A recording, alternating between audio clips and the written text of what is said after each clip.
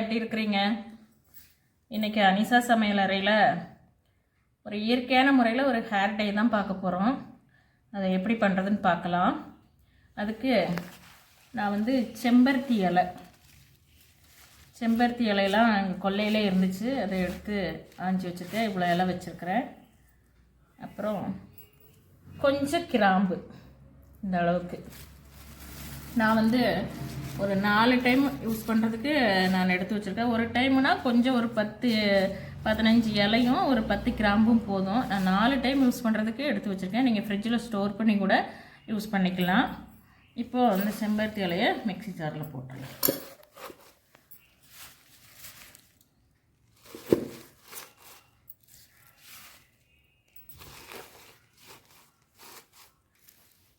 இப்போ இந்த கிராம்பை சும்மா அப்படி லேசாக தட்டி போட்டுக்கலாம். இந்த அளவுக்கு இடித்து எடுத்தாச்சு. இப்போ இதையும் மிக்ஸி ஜாரில் போட்டுக்கலாம். அடுத்து டீத்தலை 1 2 3 4 ஸ்பூன் டீத்தலை. இதையும் நம்ம கொதிக்க வச்சு எடுத்துக்கலாம். இந்த டீத்தலையில்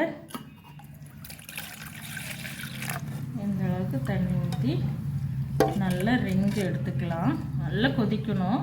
இந்த தண்ணி ஊற்றி இதை அரைக்கக்கூடாது, இந்த சாரை ஊற்றி தான் அரைக்கணும். இங்கே எப்படி ரிங்க் எடுத்து அரைக்கிறதுன்னு பார்க்கலாம் வாங்க.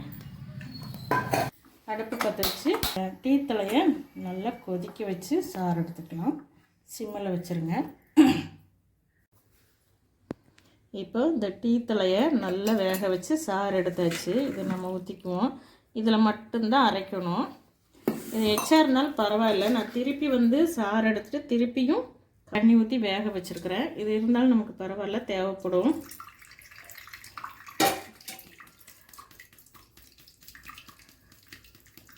இப்போ நான் அரைச்சிட்டு வந்துட்டேன்.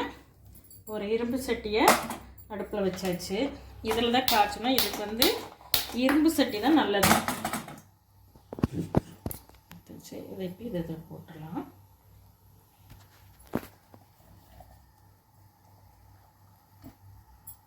இப்போ கொஞ்சம் இருக்கிற இந்த டீத்தலை சாறு மிக்ஸி ஜார் கழுவி ஊற்றிக்கலாம்.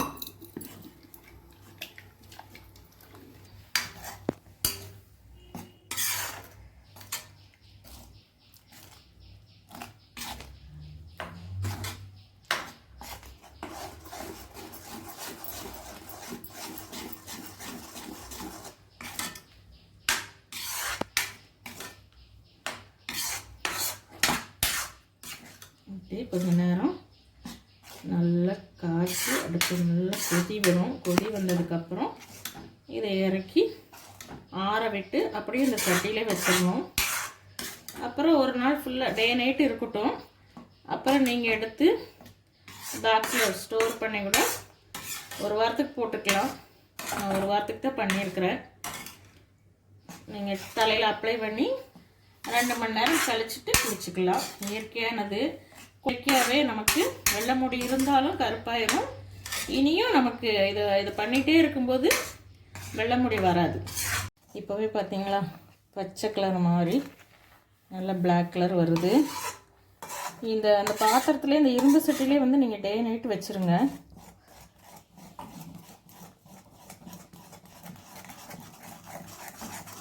இன்னும் கொஞ்சம் இந்த வலுவழுப்பு தன்மை போகிற வரைக்கும் காய்ச்சணும். பார்த்தீங்களா, உங்களுக்கே தெரியும்.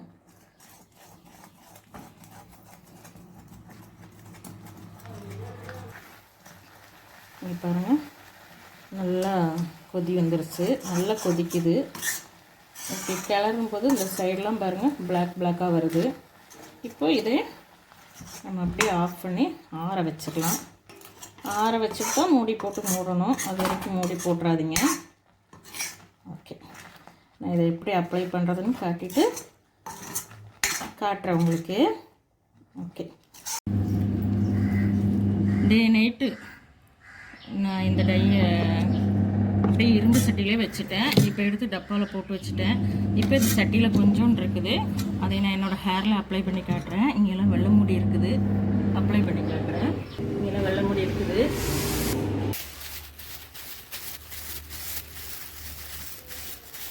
இது இயற்கையானது தான். நீங்கள் ஹேர் டைன்னு நினச்சி முஸ்லிம்ஸ் வந்து ஹேர் டை யூஸ் பண்ண மாட்டாங்க, ஹராமுன்னு சொல்லுவாங்க. இது இயற்கையானது பண்ணியிருக்கிறேன். நல்ல ரிசல்ட் தரும், நீங்களும் பண்ணுங்கள். எனக்கு வெள்ளை முடி கம்மியாக தான் இருக்குது. ஆனால் இப்போ என் பாப்பாவுக்கு வந்து கொஞ்சம் இளநறையாக இருக்குது. அதுக்காக தான் நான் பண்ணினேன். இப்போது வந்து பாப்பா அப்புறமேல தான் குளிக்குவா. நான் உங்களுக்கு என்னோடய தலையில் அப்ளை பண்ணி காட்டுறேன்.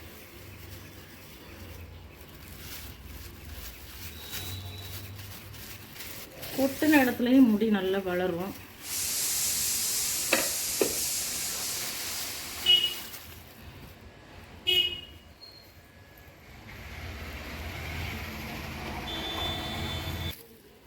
இங்கே பாருங்கள், நல்லா அப்ளை பண்ணியாச்சு.